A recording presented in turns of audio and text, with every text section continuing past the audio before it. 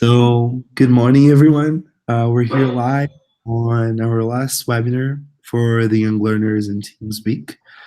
And we're closing this fantastic week on a very high note with our dearest Valéria França. She'll be talking to us about puppetry in the Young Learners classroom. And I was just talking to Valéria that this is a trauma that I have, that I'd rather walk in a in a cage with lions than in a young learner classroom with a puppet in my hands. So I hope that this webinar is going to help me overcome those fears. Valéria França is the head of teacher development and has worked at Cultura Inglesa for 26 years. She graduated in education history. She has a master's and a PhD in applied linguistics. Her research interests include teaching young learners and the teaching of languages through artistic expressions and movement exploration in learning spaces. So, without further ado, I'll give you Valéria França. Over to you, Valéria.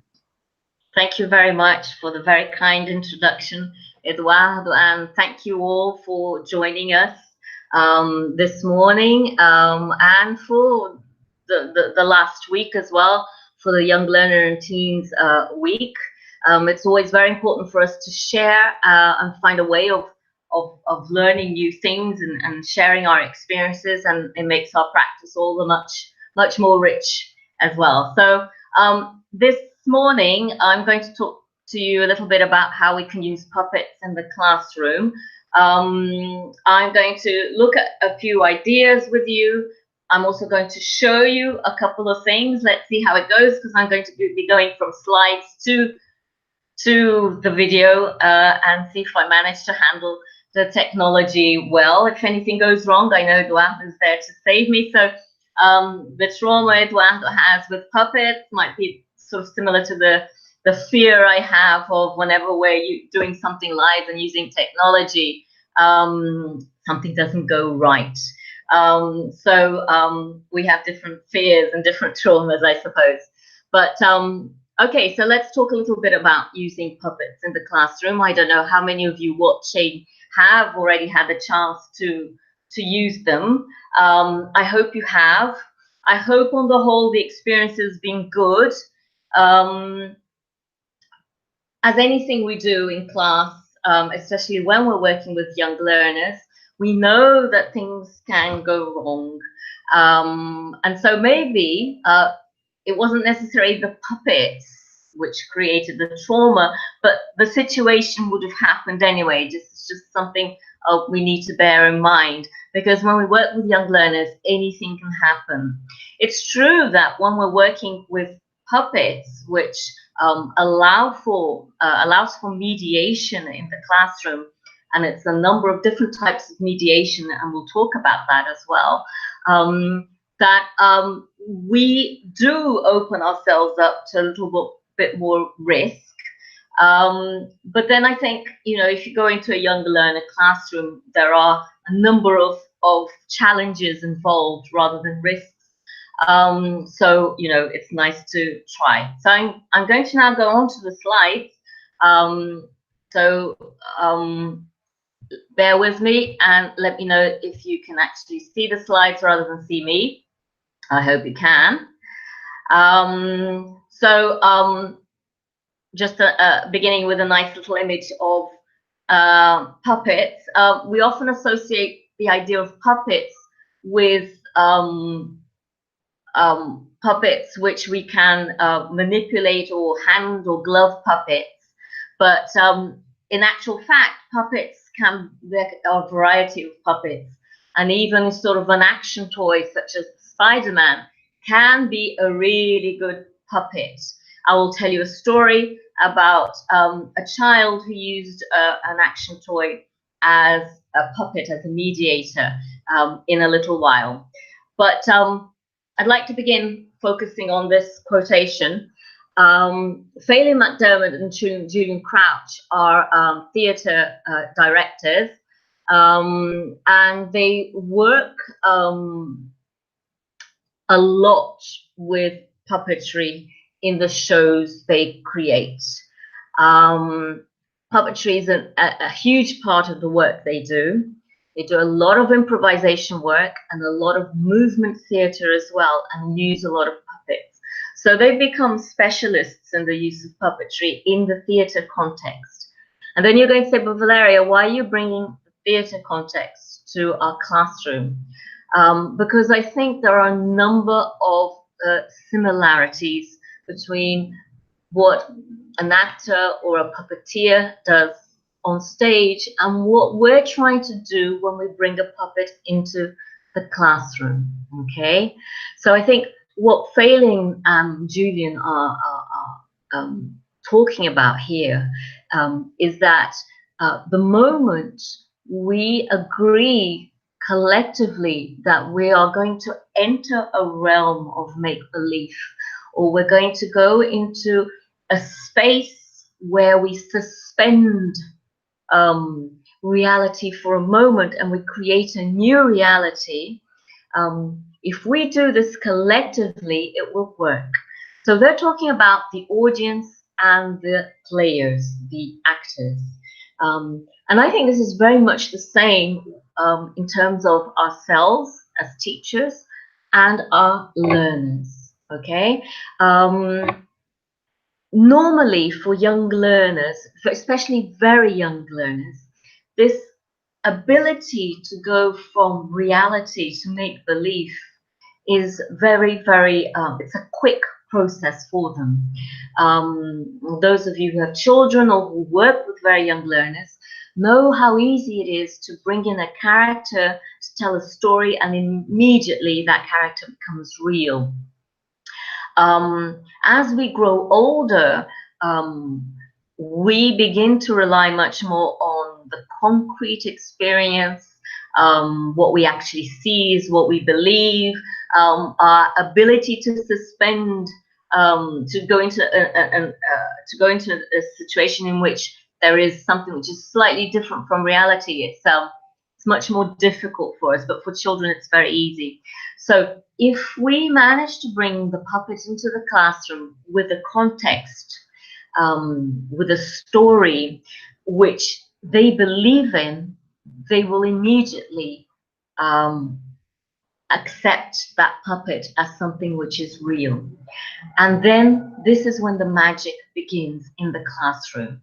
When we manage to bring life into a puppet, it becomes real, it becomes an additional element in the classroom, an additional student or an additional friend. I think I prefer the word friend. And this friend is going to be one of our mediators in the classroom. Okay. So that's why they also talk about objects as well. I've seen teachers use objects, so simple objects. It doesn't even have a face or anything. It's an object which suddenly comes to life as well. And that's possible as well. It's the basis of any fairy story, or if you think of Beauty and the Beast and the watch and the candelabra and so on, which come to life and believable. Objects can gain life as well, and we can do that as well in the classroom. Okay. Moving ahead, the types of puppets we can use. There are so many puppets we can use. It can be as simple as a cuddly toy. So if you've got a friend, if you don't have children and a friend has children, you can borrow a cuddly toy if you don't have one. Usually these are very good because they have legs, arms, and heads. We can manipulate them completely, and I'll be showing you just in a second how we manipulate a cuddly toy. And they can also become the class mascot as well, and be taken home. So the stories can come to life. I always like to give a history, and I'll talk about that to the puppet. This puppet is immersed in our real life. It does things like we do. So here you can see Tigger reading one of his favorite children's book. And so he does things just like our younger learners, okay? Hand and glove puppets are probably the most common ones. I've got a picture there of some of my hand puppets, which are made out of felt, and I just bought these in a shop. The other one is one which I made myself out of cloth. It has sadly lost one of its eyes. I can't seem to find it anywhere, so I have to actually draw its other eye on again. But it can be a piece of cloth which we adapt and sew together to make a hand puppet. Usually hand puppets have mouths as well. They can have, as in the felt puppets, they have ears, and if you stick your fingers, you can make the ears move, or the mouth move as well, or just a normal mouth, okay? Hand and glove puppets can also be sock puppets. So it's something you can make, and I'm going to show you one. So it's nice and easy to make, and something students can make as well, okay? You can make puppets out of paper bags as well. You don't need a lot of material. You can improvise with anything you have at home, or you ask the children to bring. And of course, you've got those little finger puppets or stick puppets. If we think of our young learners, if we think of our very young learners and our young learners, our very young learners are still still find it difficult to manipulate a lot of things. Their dexterity is still developing. So the use of a finger puppet or a stick puppet is really, really good for a young learner. It gives them the amount of control that they can handle. It's small enough, just like them, so they feel very comfortable with a finger or a stick puppet. As they get older, they won't feel as comfortable. They might transition to a hand or a glove puppet, and as they get even older, a cuddly toy. Okay, so I usually like to think there's no fixed rule. Sometimes I like to show children everything and let them choose a puppet if they're going to use one. Choose what they want to use, or if we're making it with them, let them have a choice of the type of puppet we're making. We can provide them with examples, and they can choose what they're going to make. Okay, a stick puppet, which is just sort of a bit of cardboard cut out and stuck onto a lollipop stick, or something, or even a pencil. It can be lovely to use as well. So the fact that it doesn't move the mouth, or it doesn't have hands or ears, it doesn't really matter. It still works. If you have any questions, I know you'll be typing them out, and Eduardo will be sharing them with me. So please feel free to ask questions. So what I'm showing you here is two little photographs I took earlier this morning. I decided to make a sock puppet, and I just wanted to show you how simple it can be. So I just had my son's, you know how we lose socks mysteriously in washing machines. Well, this is one of the cases. So we had one of the pairs of socks, and so I just got a little bit of cards, some buttons, and a piece of string. I didn't have any glue at home this morning, so I used a bit of double-sided sticky tape.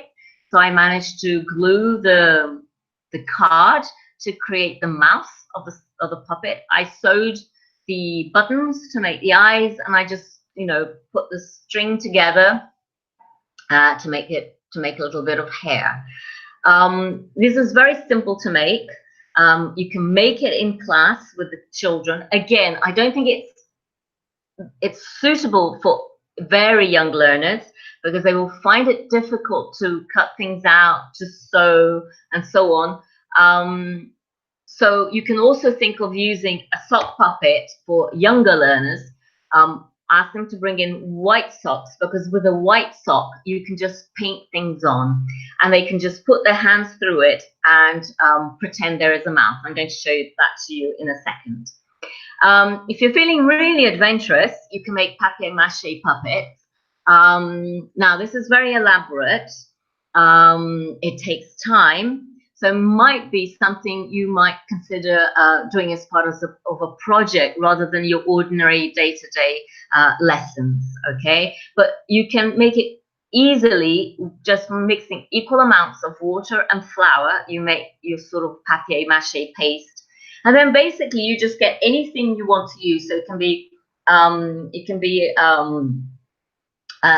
2 halves of an egg carton, which you can cover with, just stick sort of newspaper on it and cover it with bits of papier-mâché and paint over it. There are loads of tutorials on YouTube for you to see how you can make it with young learners, different variations on a theme. The only thing that I always say is that whenever we're making puppets, one of the things we need to pay attention to is that the puppet has to be able to look.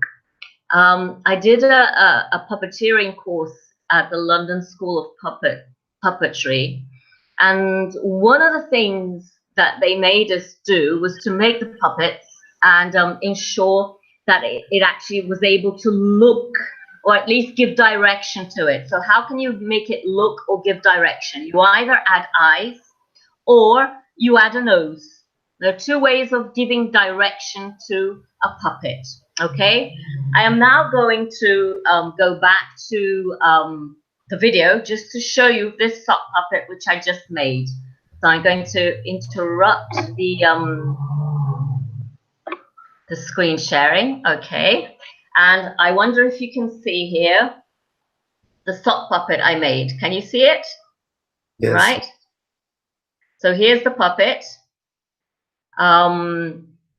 It's very simple to make. I just put a piece of card in its mouth and it looks, and it's got a bit of hair. So the important thing of a puppet is when you're using it is that it actually is able to provide direction. So if I'm talking to it, it has to look at me and I have to look at the puppet. If I'm not looking at the puppet, it doesn't seem as if it's real. So one of the first things we need to do is establish eye contact. So I have to say, hello, Mrs. Sock, how are you today? And Mrs. Sock then will begin talking to me and responding to me. And I'll say, do you want to look at our viewers? They're all watching you. Oh, you're feeling a bit scared about this. Okay, but let's go slowly. Have a peek and see what they're looking at. Okay, are you okay with that? Okay, so there she goes. Slowly. Wow, look, the people watching us. Isn't that fantastic? Okay, so very easy to make this sock puppet here. It's got different eyes, it doesn't really matter. And what I said is, you know, if you don't have a piece of card, it doesn't matter, because all you need to do is to put your hand in and the children can sort of, if it's a white sock, draw in eyes, paint a nose or something. But you need to give direction. The direction is where it's going to look at, so it's looking like this, and how you are going to look at it. Okay, so if it doesn't have eyes, it doesn't matter, but it needs to have a nose and it needs to be able to look at you. At least, you know, there's a sort of movement here so we can see we're looking at each other. Okay, so this is the first puppet I wanted to show you. So she's going to say goodbye now, and she's much happier now than she was before. So, but she's going to go say goodbye now, and off she goes, toodling away. And I'm going to go back to the screen now, so I show you my next slide. And it hasn't worked. Ah, yes, it has. Lovely. So breathing life into a puppet. So this is what I tried to do just now. Renee Baker, she's an extraordinary puppeteer. She runs training classes all over Europe. She currently works with the Norwich Puppet Theatre and the Little Angel Theatre as well in London. She's currently running a course for teachers at the Little Angel I think it starts next year, early next year. And she does a lot of work with puppetry with teenagers, in fact. She does a lot of work with teenagers who are in disadvantaged situations. And the puppet is used to bring stories to life, okay? And what she says is that the puppet is a way of mediating two worlds, right? So we can transition human thoughts and feelings into movement, which can be joined with image and text. And the puppet is, as she sees, a medium and a mediator. If we think about our classroom, because we have got to always to make these connections, this is very, very true. We know that young learners, they go into a language classroom and it is a different world for them, especially the very young ones. They will feel at times a little bit scared. However welcoming we are, it is a new environment. Plus, it's a new environment using a new language. So it can be intimidating. I always mention this, so forgive me if you've heard me say this before, but I think it's worth mentioning again. It is very common and it's very important to allow children to bring something from home into the young learner classroom, because if they've chosen to bring something, that is what is helping them make the bond and the transition between home and the new learning space. To prohibit that object from entering the classroom is to sort of cut that bond and to sever that sense of safety and security. So I always think it's really important to allow kids to bring in objects. And they will bring in dolls and objects and cuddly toys and so on. An example, and I said I was going to go into the example of the action figure. It was happened in Brasilia with a teacher. He told me there was this boy who hardly participated and he used to always bring in his action figures. And he was about to decide not to allow the child to bring in the action figures because he thought it was disrupting the lesson, when the boy came up to him at the end of class and said, in Portuguese, "My action figure is finding it really difficult to understand what you're saying. So when you teach something, can you repeat it to him so that he hears it again and then he is going to learn?" This is one of the finest examples I have of using an object, a puppet, because that toy was a puppet, was a mediator at that moment for the child, to aid learning. It is something which children actually do quite naturally. We find it strange, but they don't. So a puppet can be a very useful mediator in the classroom. It's going to strengthen bonds between students, between the learners and the teachers. It's going to provide this opportunity for revision, for recycling, because the puppet doesn't speak our language. It only speaks the target language. And so we need to naturally go over things again. And the puppet can help us as well go through learning procedures. So the puppet can hold up flashcards. The puppet can hold objects, if it can hold objects. But the puppet can aid us in many, many activities, not only as a source of motivation, but also as a source of learning itself, okay, helping us with the learning that is taking place.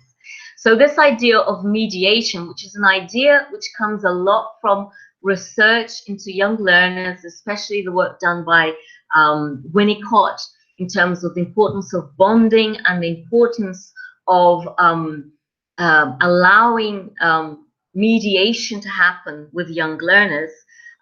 Puppets provide us this fantastic opportunity to do this, okay?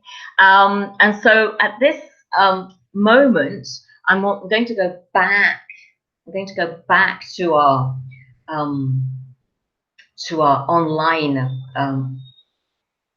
to the video as soon as I manage to sort myself out here. I'm trying very hard. So let's go back here to the video. I'm just going to interrupt. And I'm going to introduce to you another friend. And this one's flying in, and he's flown in for miles, haven't you? He's flown in all the way from the United States, because that's where he's originally from. Yes?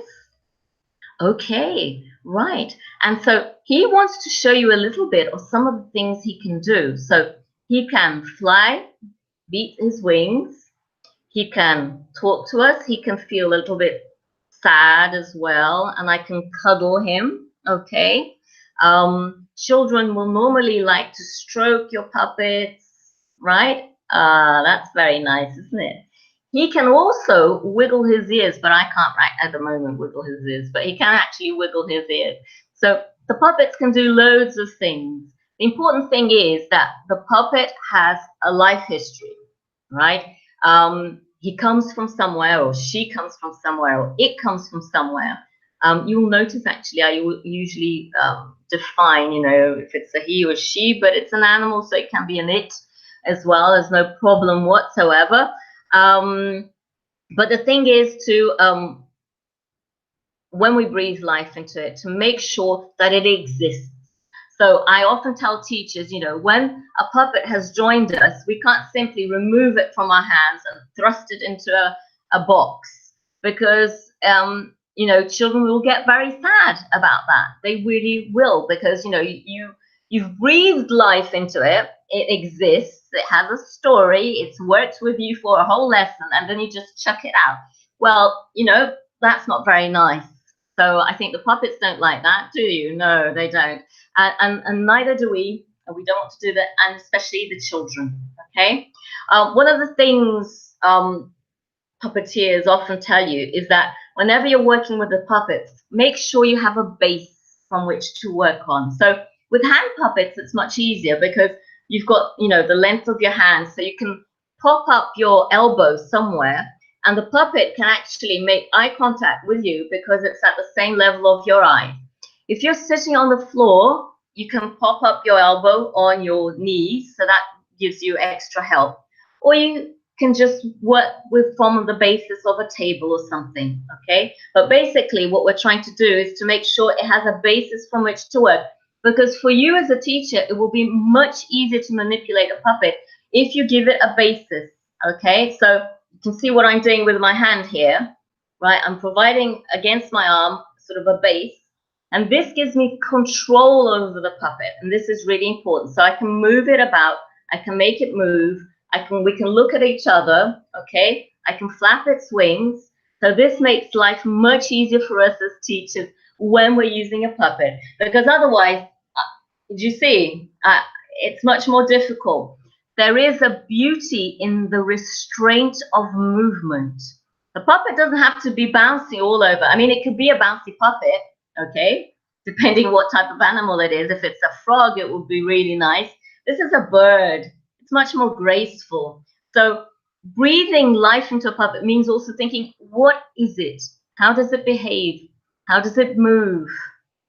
Right? So I'm not going to get a bird hopping around, am I? Well, birds actually hop, but not this one. This one's too dignified to hop around, okay? I think he's very majestic, so I'm not going to get him hopping, but he has slower movements. He's very curious as well. So I try and provide a degree of personality. I think about what the puppet is like before I start manipulating it, okay? Which is quite different from this other puppet I'm going to show you now. So we're going to say bye to, I don't know its name yet, but I haven't decided on a name yet, but we need to name puppets as well. We can get the kids to name them. So we're just going to say goodbye, and he's going to thank us, and he's going to fly away. There he goes. And I am going to introduce you to a friend who arrived here because another friend gave him to me. He actually didn't give him to me, he gave him to my son, but I liked him so much that I decided that I would look after it. So he's a very curious sort of chap. And there he comes. Here he comes. He's trying to see what we're doing. What are we doing? So he's just going to give you a little wave. Hello. Hello, how are you? Hello. So here we have Tigger. Okay. Now Tigger is a very, very curious sort of animal, aren't you? And the beauty about Tigger is that he is so soft and he is so cuddly. You like that, don't you? Yes, that he is wonderful to manipulate. With soft toys, if you hold the head like this, you can give tons of movement. Look, which is much easier to do, but really grasp the head, the back of the head, and you can give movement. Again, can you see I'm holding him? If I hold him, I can actually manipulate his head. And because he goes up and down, he's so expressive that it's completely different. And he's so fun and he's so curious and full of life and a very intriguing animal, this one. Of course, he waves. He's got two arms, so I can hold. So, oh dear, what happened there? I've lost my camera. Sorry. Eduardo, can you see me? Yeah, we can see you, Valeria. Okay, I've lost myself, but I'll find myself in a while. Oh. So what we can notice then is that I'm still holding him. Can you see? He's got his legs. He's got a lovely tail as well. So in the classroom, he can actually sit on your desk like this, okay, which is really great. Or he can sit on your lap if you're sitting on the floor. And you can still fold his head, manipulate his arms, okay? If you're not, you can move this arm, okay? You can't really move both, it's a bit difficult. He can say yes, he can say no, and he can also walk because he's got the legs, okay? So this is really, really nice to work with. I'm just going back to my slides now. Let's go back here. The important thing is to create the expectation when the puppet arrives. Just introducing the puppet out of the blue is not going to work. Create a context, create a reason, create expectation. So the lesson before the puppet arrives, tell them, you know, next lesson, we're going to have a really special visitor. And that will help a lot. It will raise the expectation. They'll be wondering who the visitor is. And you've created this sort of degree of excitement which we want when the puppet first appears, okay? It also gives them time and preparation for the fact that something different is going to happen. And this is important because we as adults, we live a very fast-paced life, and we're used to understanding that we change from one activity to the next without even thinking. Children don't really do things that way. Children need a bit of time. Every child needs a bit of time to transition from one thing to the other. Some children who have additional needs need more time and need greater markers of transition, okay? And so to let them know that something is going to happen, prepare them for a new situation is in fact a very wise teaching practice to adopt in your classroom, okay? When you've got the puppet, make sure that the learners are looking at you, or at least looking at the puppet. And there are a number of ways we can do this.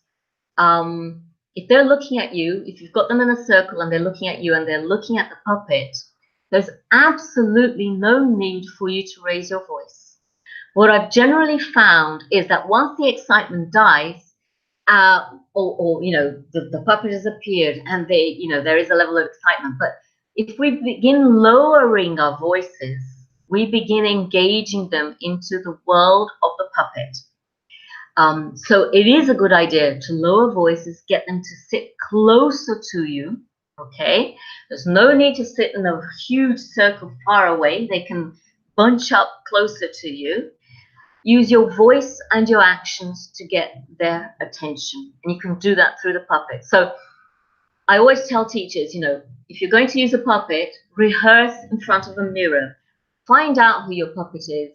Find out how it moves. Find out what it likes, what it doesn't like. Create a story for it, and you feel comfortable with it when you're using it with the children. So that does mean spending a couple of minutes literally in front of a mirror. It's your opportunity to make a fool of yourself, if you say it that way. But it's a good thing because you begin understanding the limits, and you also begin as a teacher understanding your own limits, right? When we're using puppets, and it can be difficult because it's not easy, we've got to understand what our own limits are as well. And if we understand what our limits are, then we're fine, okay? The puppet, and this is something teachers often ask, does the puppet have to speak? No, it doesn't have to speak because it's a mediator. So puppets can speak, but they don't have to. And I think this is something teachers fear, is actually giving voice to the puppet. But actually, what we want to do is we want to use the puppet as a way of giving voice to the students, to the learners, right? So it's the learners who have to talk, and they can talk to the puppet, and the puppet talks to us. Or we talk to the puppet, and the puppet hands something to the children, and they do something using their own voice. But the puppet itself doesn't have to speak, but it understands English only, okay? And the last point I'm making there is to the importance of giving it a story, a history, as it were. I've actually already, for this this picture, you can see me using a puppet called Bear. It's a commercially made puppet. It is absolutely, it's one of the best puppets I've ever worked with. If you're at all interested, check it out. It comes with fantastic resources on how to use it. It's simply wonderful. And so what I did is I did its own photo album. Bear was doing loads of things, and it was during the World Cup. I think like a couple of years ago, perhaps 8 years ago already. And Bear had its own photo album. So because Bear brought in its own little photo album, it was interesting because the kids could relate to its life history as well. Children have a short life history because of their ages, and Bear also has a life history, and they can relate to things, and I think that's really lovely. And I think one of my final slides is the idea of letting learners play. We have in the materials we use often suggestion of role play activities. Sometimes it already comes with a suggestion of stick puppets, or you might even have a full-blown hand glove puppet or a cuddly toy puppet, which is wonderful, fantastic. You don't need to limit yourself to that, but you can use that. But sometimes learners want to use the puppet beyond what we have designed for them in terms of what we're using in our materials. And I think it's very important to allow them that degree of freedom, as it were, because they're the ones who are going to be able to create the stories and to use the language. And at the end of the day, that's what we want them to do in creative manners. If if they are able to decide how they want to use the puppet to tell a story, they will feel immediately safe in that context, because it's coming from them, it's their creation. And then they will be able to tell their own stories. You'll find students, learners will want to tell stories in different ways with different puppets. And that's fair enough, you know. It's very interesting because your very young learners, they won't. Sometimes you just say, well, you know, if a child that is able to make, you know, a really nice sock puppet, but the other one's only able to make a finger puppet, won't they feel, you know, lessened if they've only made a finger puppet? My experience is that no, they don't, because they've produced what they wanted to produce, and they're happy with that. And that's probably a good indication of how far they can go. So there's no point in us forcing them to go beyond that in terms of the creation of the puppet. It's their own ideas, it's their own desires, and that's very, very important. And that allows them to play with a degree of enthusiasm, with a degree of feeling safe, right? This photo is a photo of my niece using a glove puppet, which unfortunately I seem to have mislaid somewhere. I think he's gone off to visit the world. He's gone walkabout, and but a couple of months ago he was still living here, and so she went through a phase. She's 11 now, where she was experimenting with loads of puppets and toys and creating puppets herself, and she was using this to actually experiment with her English. And it's quite interesting because whenever she wanted to talk to me in English, she wouldn't talk straight to my face in English. She would actually use a puppet. So it was as if another character was using English, and if it made mistakes, that was fine. You know, it was the puppet, it wasn't her. And so that also allowed me to correct her much more than I would have if I was just talking to her. She provided me a perfect alibi to work on language, and it allowed her to narrate a number of interesting stories of things which were thoughts that were going through her head. But she did this in her own free time. So children will play, and they will use the puppet to mediate any type of learning situation.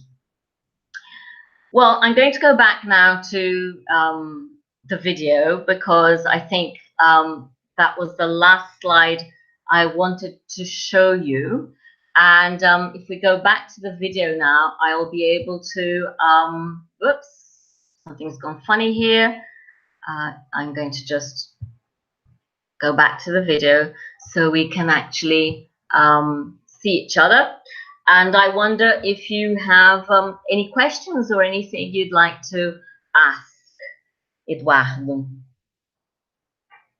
All right, Valéria, we've got some questions here.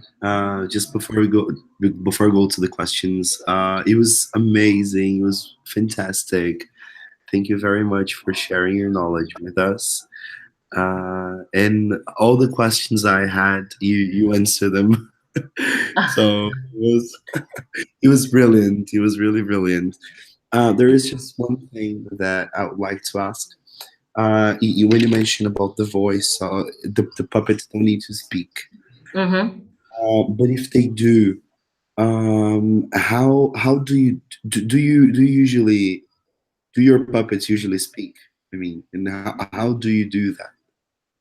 Okay, the puppet can speak, and if you've created the correct atmosphere for the puppet to appear, it will come to life anyway. So it can speak, and it doesn't have to speak. So Tiger can actually speak. He doesn't have to have a different voice from me, but I have to have the feeling that he's speaking. So when we speak, we usually look at someone. So I think the most important thing is when we're using a puppet which speaks is to understand where it's going to be looking. So if, for example, you ask me a question and Tiger is going to answer. So now Tiger is going to answer the question. So I think I speak, and I speak clearly enough. But when I speak, I have to look at you. This is the important thing. All right. Okay, it's the way we use the puppet. I'm awful at using accents and changing voices. This has never been a strong point of mine. So for my comfort, and this is what I say, it's up to the teacher and your comfort zone. My Okay. puppets will never speak. But if it did speak, I have to make sure that it's looking at the person when it's speaking, because that's how we speak. Otherwise, it's not believable. Yeah. Okay?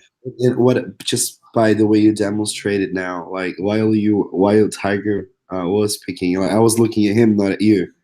So Right, exactly. that's what pretty much what happens to kids. So it really does not matter if you use a different voice or not. What really matters is where your students will be looking at. Exactly. Oh, Exactly. fantastic.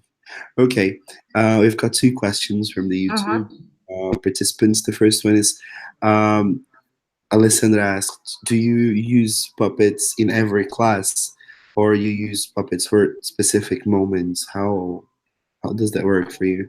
How Okay, so well, I have to say I don't have regular classes anymore. okay. So I'm not in the classroom teaching context on a regular basis. Um, you don't have to use it every class. I think as a teacher, there are moments where you want to use the puppet, and there are moments you don't want to use the puppet. The puppet can mediate those moments where you think it's going to be important. So you don't have to feel obliged to bring it out every lesson. Okay. And I think that's the best way to deal with it, your decision. Um, Obviously, with young learners, what you can't do is go a whole month without using the puppet, because then they're going to forget that it exists. Okay, that's the only thing. I see. All right. So, and also I think that for students, the puppet is a surprise element. It's not part of their routine. And I think, I don't know, the way I see it, if you use the puppet in every lesson, it becomes a routine, and then it kind of loses its magic. I don't know Yeah, if I think I don't, so. Yes, I don't know if it makes sense what I'm saying. it does. Absolutely. Yes, absolutely. Mm-hmm. We also have another question that you've mentioned. Mm-hmm. Kids can create their own puppet. And Mm-hmm. we let them use their puppets in class, and do you usually have a follow-up activity to that, or I don't know, just by asking you this question now, you shed some light on my mind that we could perhaps train the kids to use the puppet and show their parents what they've learned or something like that. How do you usually work when the kids produce their puppets? I think the puppets produced by okay, I think there are two types of puppets which are produced. Those puppets which are part of a course material, and I think I'd like to make the difference between puppets which are part of course material and puppets we decide to make of our own accord, because I think they take on slightly different roles. The puppet which comes part of a course material, it will be brought up within the course material itself. It will there are activities designed for it to be used, right? Okay. So I think that's one thing. And I think that's fantastic, way of using a puppet. The puppet which you decide to create, a sock puppet, to mediate learning, that one gives you much more freedom of use, as it were, I think, because you can bring it, the children can decide to bring it in. You can decide, everyone brings in the puppet. For example, you're going to sing a new song. Why don't you bring your puppet so we sing the song together? And then the puppets sing as well. Or we can decide it's a presentation for parents, or we can decide that the puppet is there to tell narratives or stories they're going to create. They might decide, sometimes children are very influenced by what they see and hear. So even if you decided not to use the course material puppets, I think you'll find that because the children are getting those stories and they have the characters in the course material, chances are they will design puppets which, in a way, reflect the course material they're using. I see. Yeah, so I think we can see both things happening. The children who will who will refer to something they've seen on TV or a video or the classroom itself and build their creativity on top of that. And those who are able to go way beyond what we know they're looking at and seeing and create something totally different. I think we get a chance to do that and make really widely different puppets when we give them more time. That is not really the reality of your day-to-day classroom in a language school context. But within a school context, it can be part of the reality when you provide more time to work on the creation of puppets, because it will work together with your arts class and crafts class, for example. Okay. And don't you think that, I mean, this is me thinking and reflecting upon everything you're saying. Don't you think that when students produce their own puppets from scratch, there is some sort of emotional involvement and attachment compared to the puppets they use from their course books? Absolutely, because this is exactly what's going to happen when we paint something, when we draw something. If we're adults or children, a little bit of us is going to be transferred to that painting, to that drawing. When we make a puppet and we're taking decisions how we're going to make a puppet, if we do it individually, as we're crafting the puppet, a lot of us is going to come into that puppet. And so it is more than natural that ideas, deep thoughts, and emotions will also be transferred to that puppet. Very difficult to say what will be transferred, but without a doubt, something will be transferred, and it can make it much more interesting for the child to use as well. So it's got a little bit of them in it, as it were. Yeah. And there's also what you mentioned about your niece, on how you were able to correct her and how she felt safer to using the. Mm-hmm. It was not her who were the person who was making the mistakes. It was the puppet. Yes, So, but this is the power of mediation a puppet has, because uh, she's not going to see it as, she doesn't see it as her making the mistake. It's the puppet. yeah, And I think that's really interesting, you know, the way. And she's 11 years old, so you would have thought by this age,